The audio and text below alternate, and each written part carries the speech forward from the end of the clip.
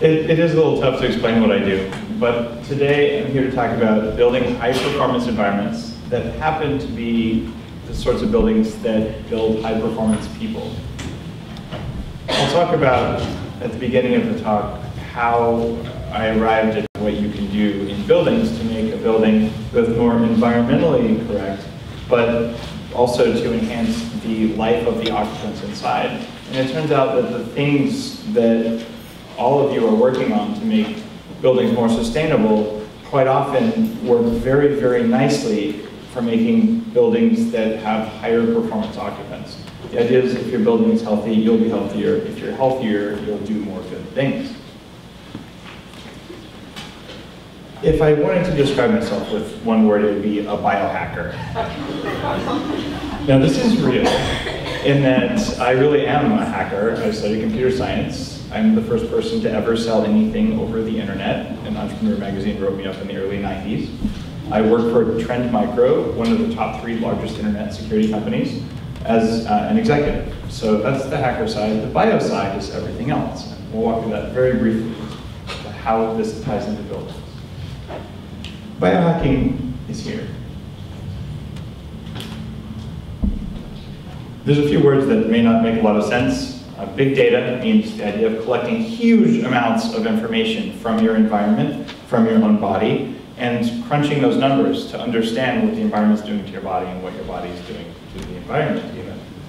Quantified self is a group of people that I'm active in who are using self-monitoring techniques to monitor how they behave. So you can actually get a picture of how you're doing, a picture in numbers, that you can then compare with this data about your environment. So now suddenly you understand, when I'm in a building that's poorly designed, I actually show physical signs of stress that I can measure. And we know that if you're showing more physical stress, that you will be a lower performing person, you'll probably get sick more often, and other basically bad things happen. In other words, what you can be is stronger, faster, smarter, better, and I'm still working on sexier, but I'm hoping to get there someday. Need more sensors for that. More sensors, right?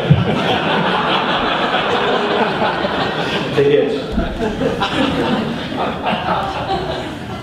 What you're building, though, is human resilience, and when you do that, you have more energy, which lets you do more things for whatever your passion is, even if it's living buildings.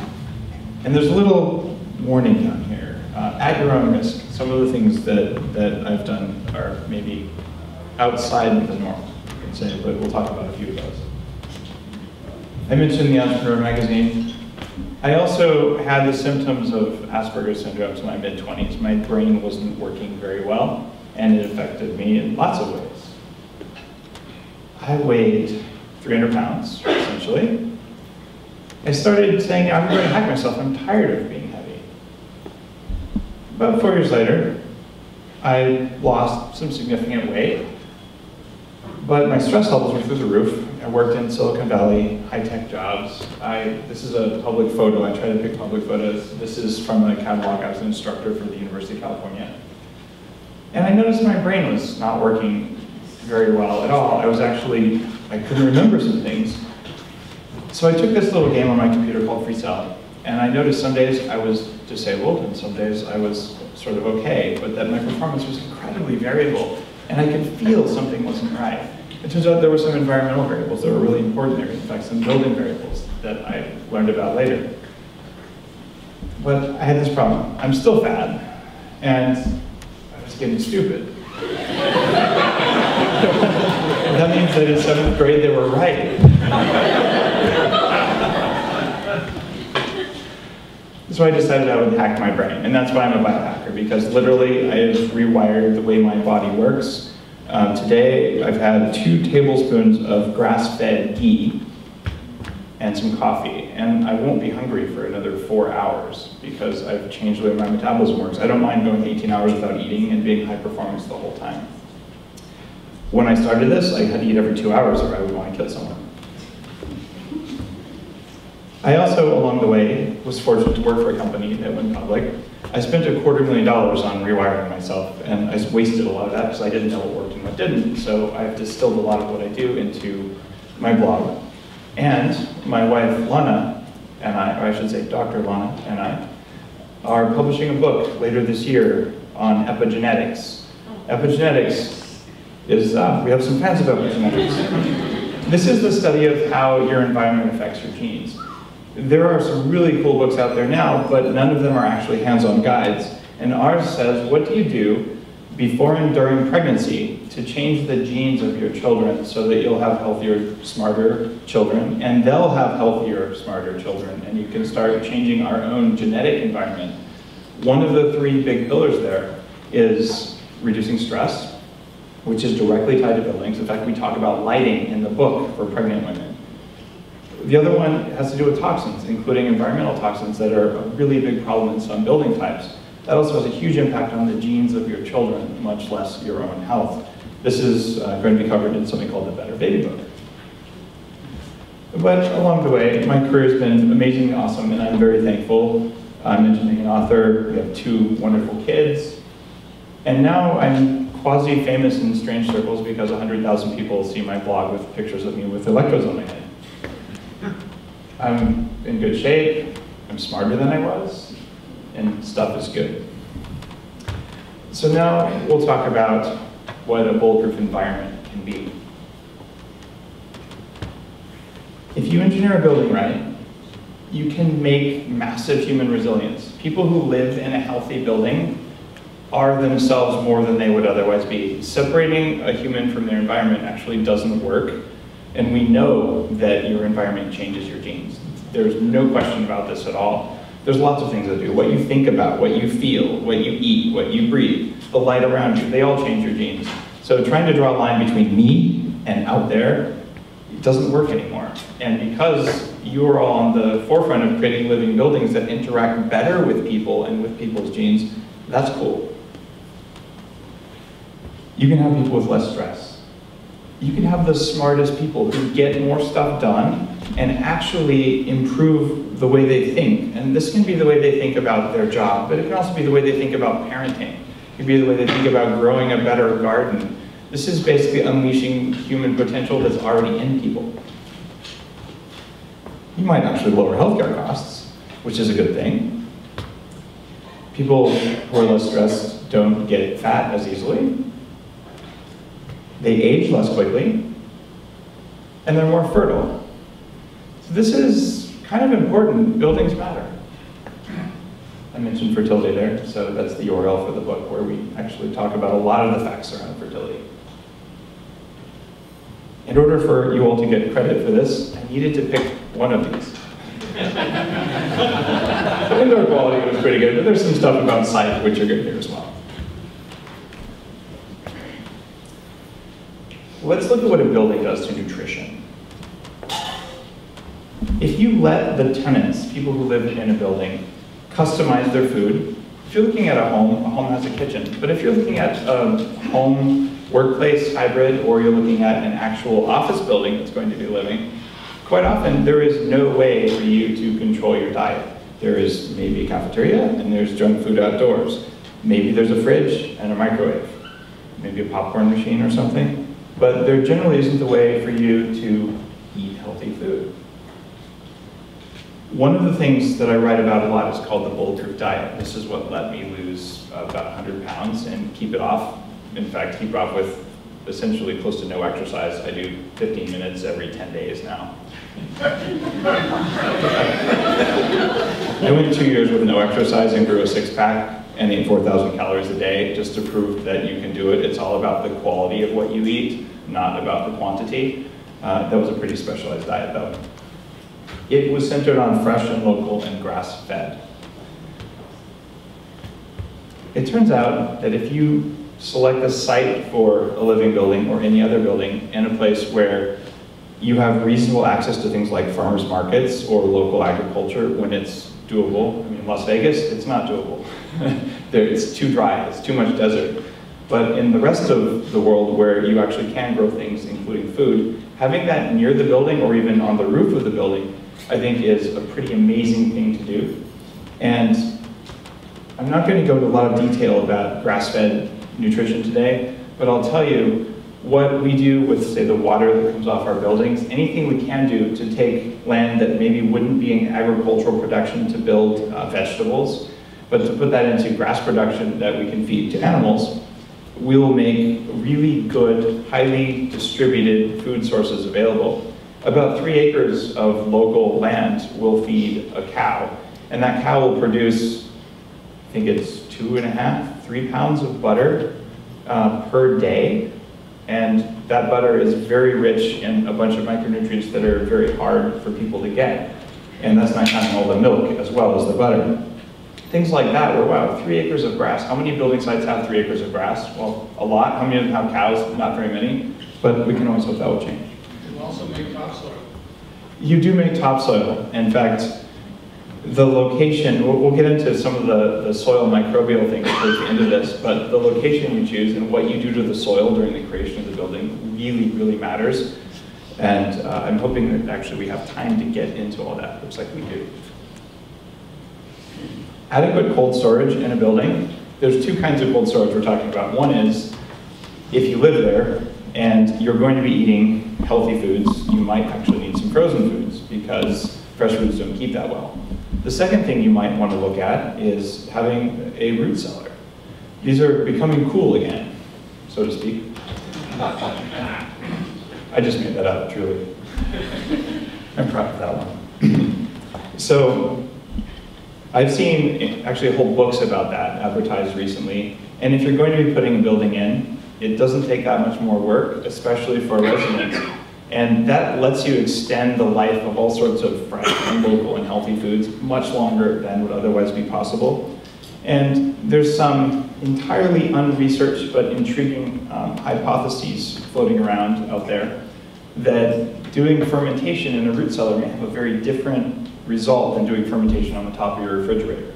And this has to do with the electrical grounding and electromagnetic frequencies. But I'm actually quite interested in that because I've been advising people lately to not eat fermented food, simply because the microbes that make fermented food are very, very different than they were 30 or 50 or 100 years ago because of what we've done to the soil and to the air and the water on the planet. Allowing people to have food prep facilities outside a cafeteria is really important for larger buildings. Having that little sink isn't that important. Having at least 1 or 2 places where people can have access to a stove with a proper vent hood is a good idea because then people can prepare a little bit of food. Most employees may not do it, but you may find that there's a lot more demand for that when the facilities are there. I've worked for, I don't know, a dozen different companies. 2 of them had kitchens that were available for employee use, and those employees were generally healthier because they had more control over what they put into the products. And finally, I'll say, coffee matters. I created a line of low mold, low toxin coffee that has a different effect on your brain. We're doing a study with Stanford University to show the cognitive differences between bad coffee and good coffee. So if you're going to build something that has any sort of coffee-related things there, invest a little extra there so people can brew good coffee, because good coffee is an adaptogenic herb, and bad coffee is at best bad, and at worst just plain toxic. Now we'll get into one of the 2 big thrusts of this presentation. One is lighting, and the other is indoor sort of toxins. We'll go into that in more detail a little bit. But let's talk about lighting and some statistics. There are effects of lighting on immunity, on how your brain functions, on your circadian rhythms, whether your body thinks it's nighttime or daytime. And the lighting outside your building has an effect on the people inside the building, but also on a very large sphere around the building. Birds, bugs, amphibians, reptiles, nocturnal animals, they all get confused and stressed when you're shining bright lights all over the place for no apparent reason. And spectrum really matters. Let's get into fluorescence. And this is an area where I see a lot of people, out of the goodness of their heart, replacing their light bulbs with compact fluorescent light bulbs, or people speccing out in their buildings saying we have these new energy-saving tubes, but they don't know what they're doing to the indoor environment when they do that. 30% more radiation and 4% more skin cancer, and there's references for all of these either on the internet or hopefully I put them in the footnotes on my slides. I don't think I referenced all these properly. There are clear connections with these syndromes. ADHD is running rampant in Canada right now. Kids have it all over the place, and they're sitting under lights that actually make ADHD worse. People with dyslexia don't read well under fluorescent lights. It makes Asperger's syndrome worse.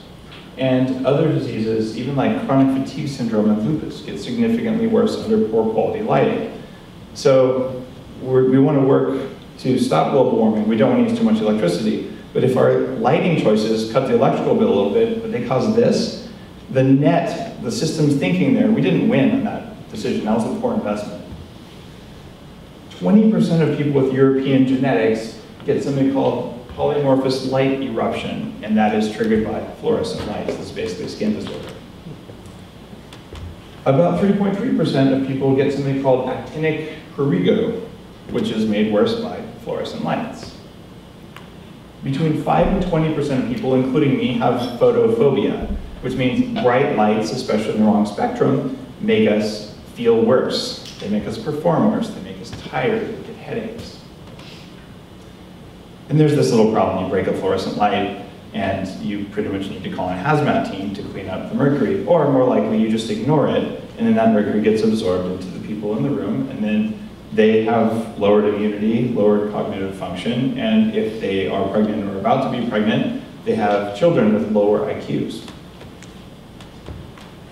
And fluorescent lights are generally not dimmable, and they're not that energy efficient, especially considering all the system costs that go into them.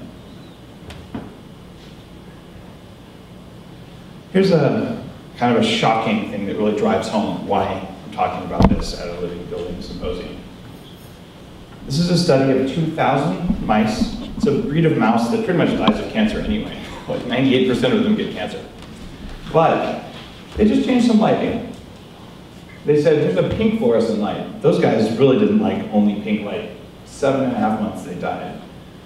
The ones under the normal fluorescent lights, the ones in the lobby, lived for 8.2 months. Ones under full spectrum lights with plastic glazing lived pretty normal life, almost as much as ones who had access to natural light. So when you're thinking about this building and you're building the kitchen, for some reason people want to put fluorescent lights in the kitchen, just don't do it.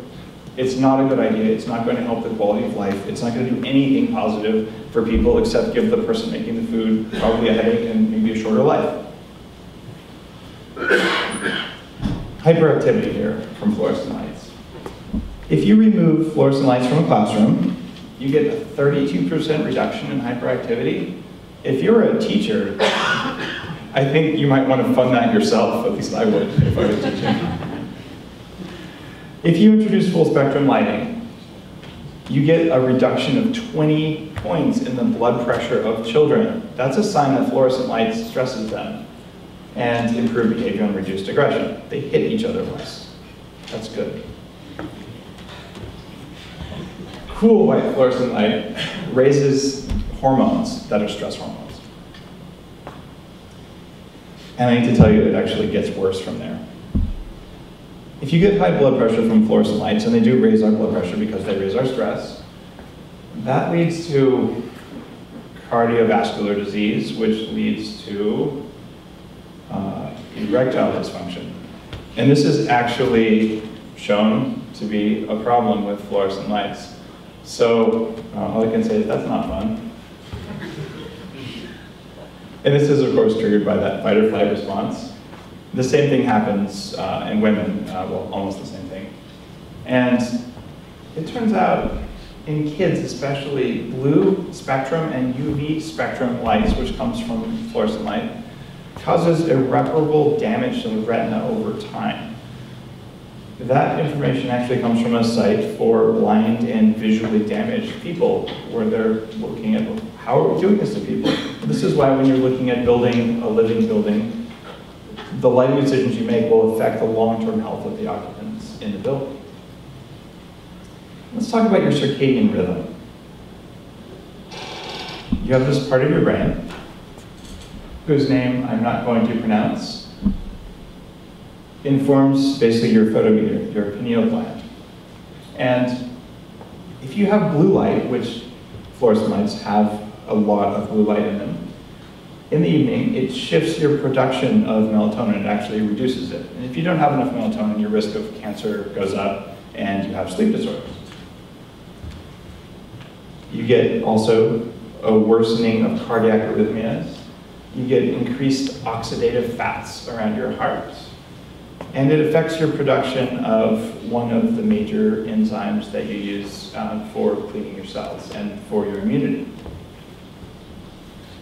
There's also some research out there that says that we perceive light from fluorescence in a certain way with our brain, but that our biology, our bodies themselves, look at that and say, there's really not very much light here at all. You see those boxes on the CFLs that say, this is like a 60-watt bulb, but it's really only using 12 watts. Well, there's a part of your body that knows it's using 12 watts, and that problem there is that biologically, you're telling your system, your unconscious body, that you're sitting pretty much in a cave all the time.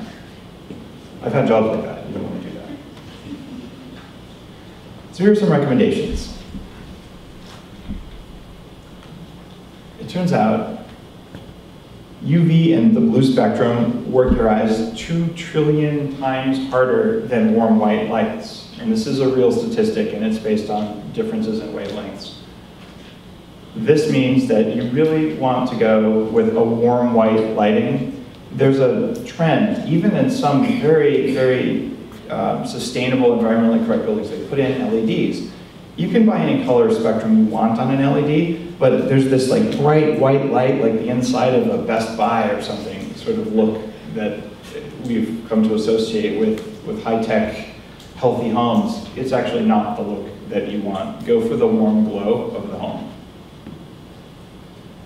You want lights that are below 3500 K color temperature with a wavelength above 500 nanometers.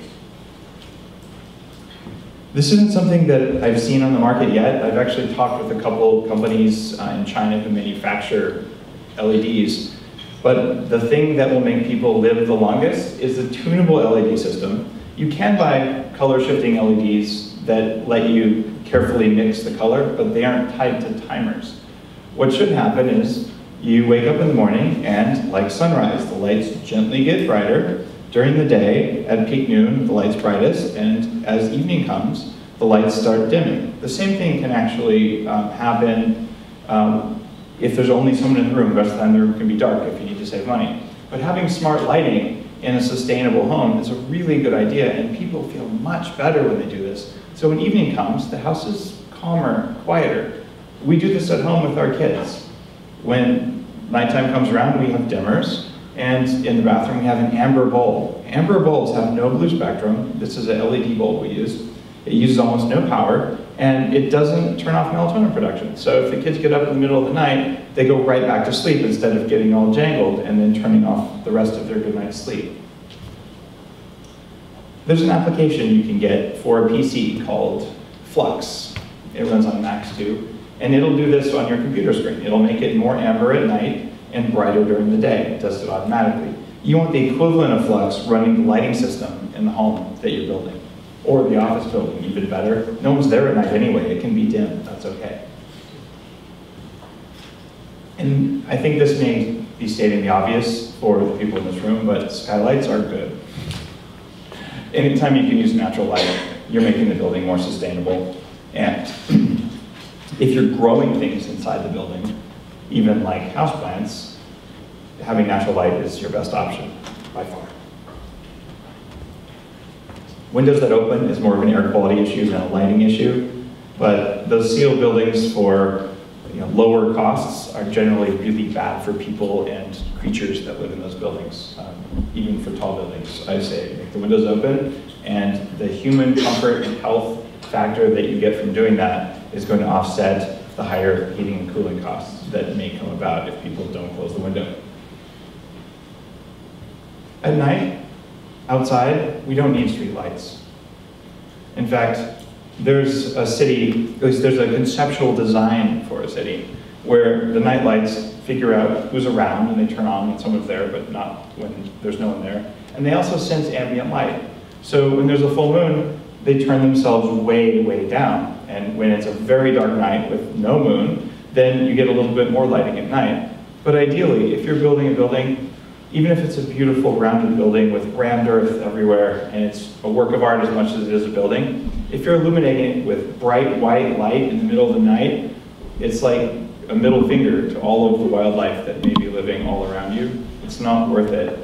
If you're gonna illuminate it at night, go for amber.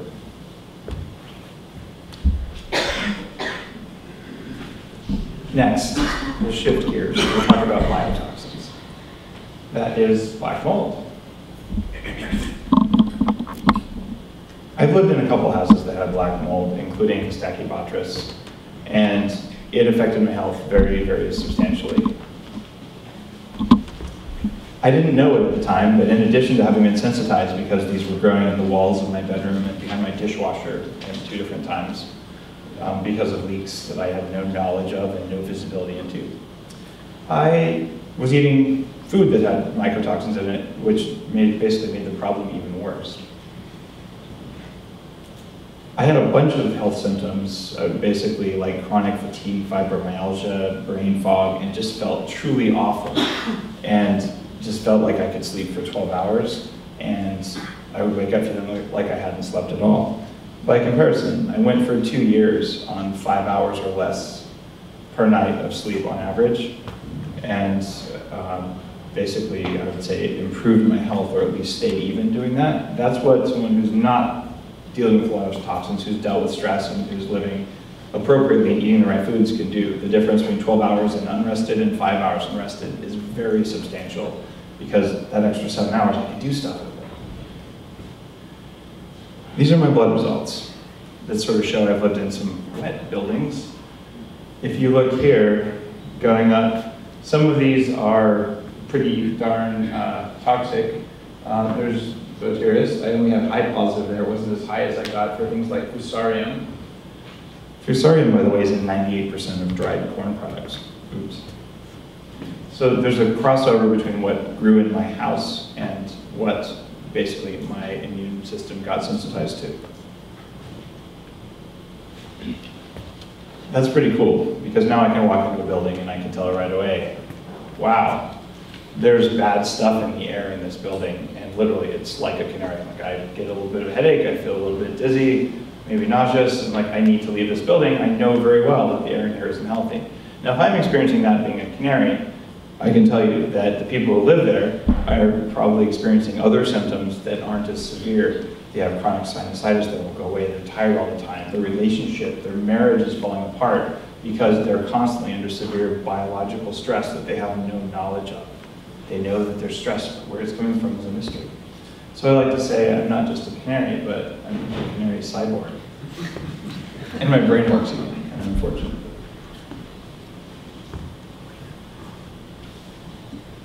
Here are some things that happen to people who live in water-damaged buildings.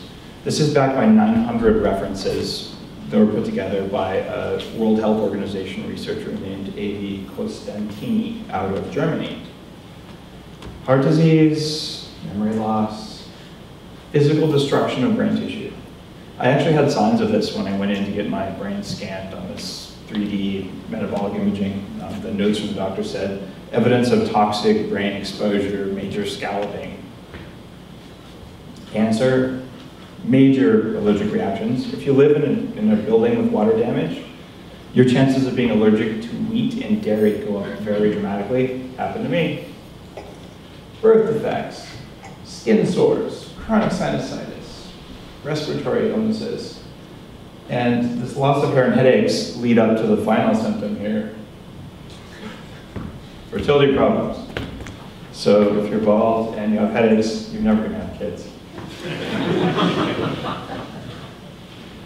I'm not joking about the severity of these. This seems almost overwhelming, like we're implicating biotoxins and bioaerosols in a lot of the common plagues of humanity.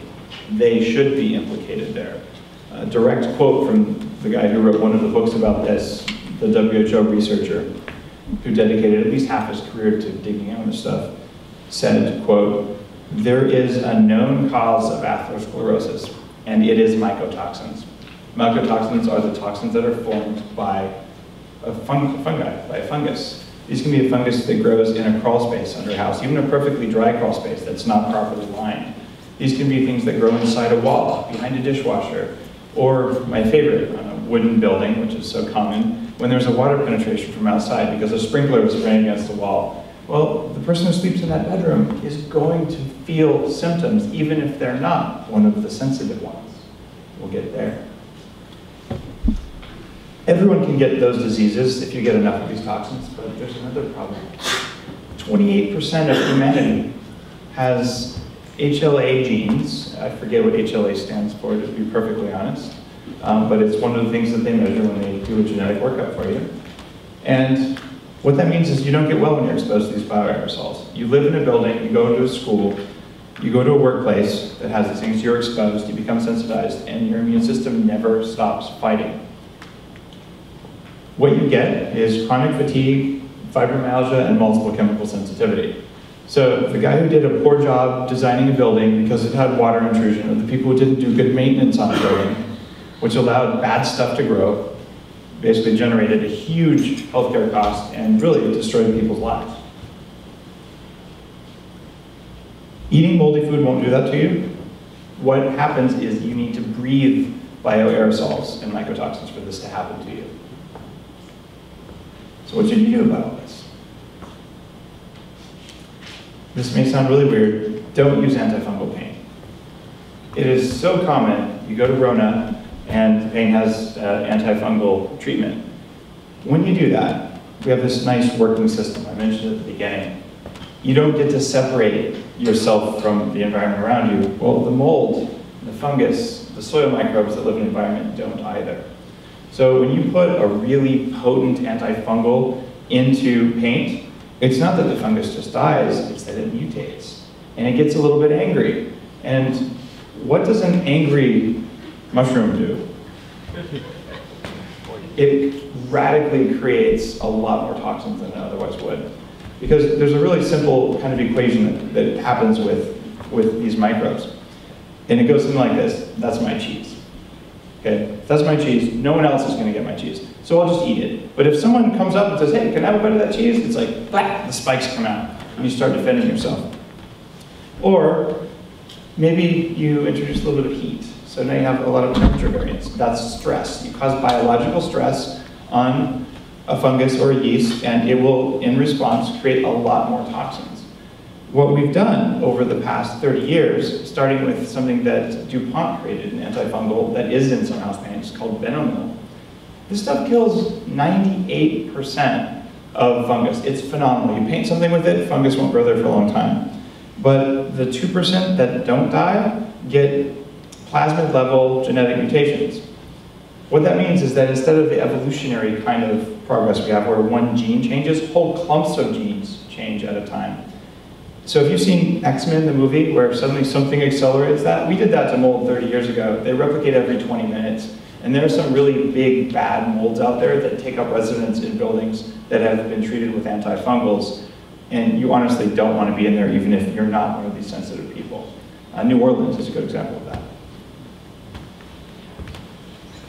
I'm not saying you can't do antifungal treatments, by the way. I'm saying don't use the antifungal paints. Treatments that involve things like ozone or sterilization as you're building a building, putting oils in, for instance, that a mold doesn't like, that's okay. But the modern chemical treatments are a bad idea.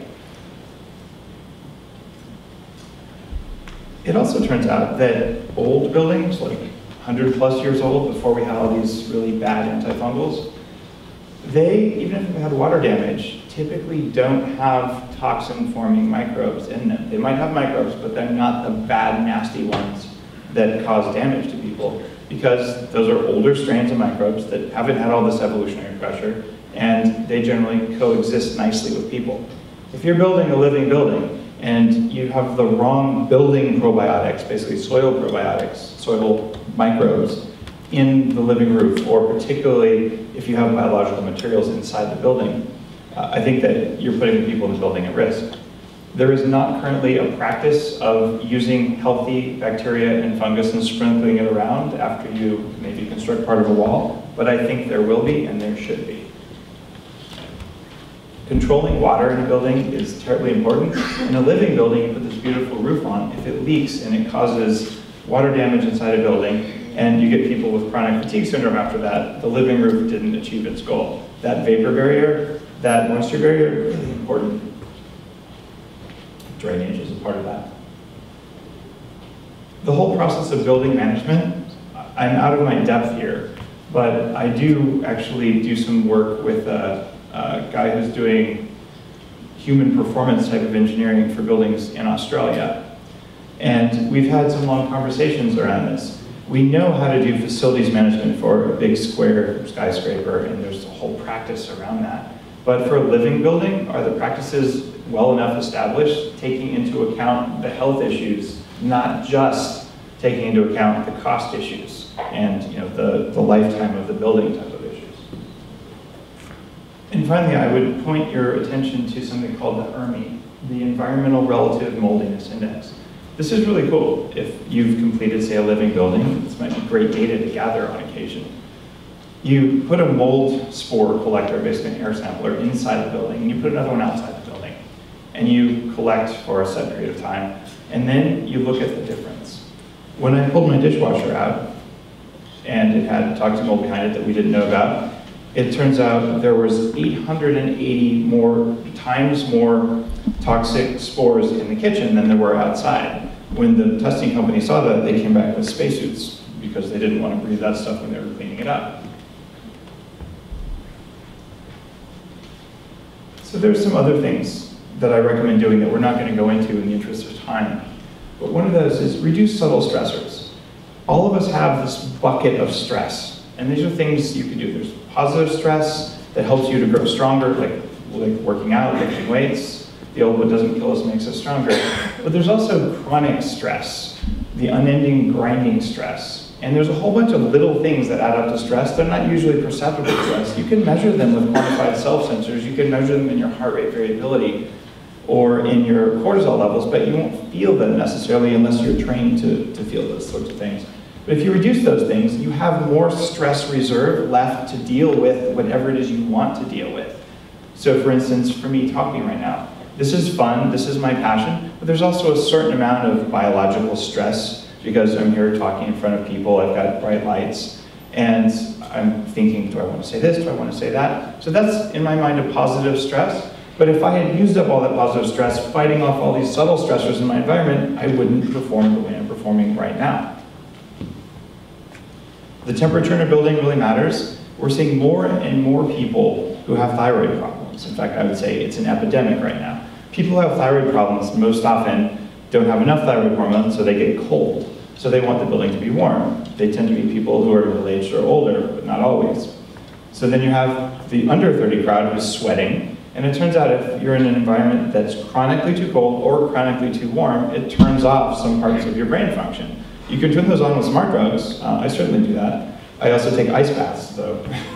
So there's weird things you can do. But if you're trying to make a building that works, you're going to have variable temperature zones or allow people to have some control of their own temperature in their work environment, just like we do in homes.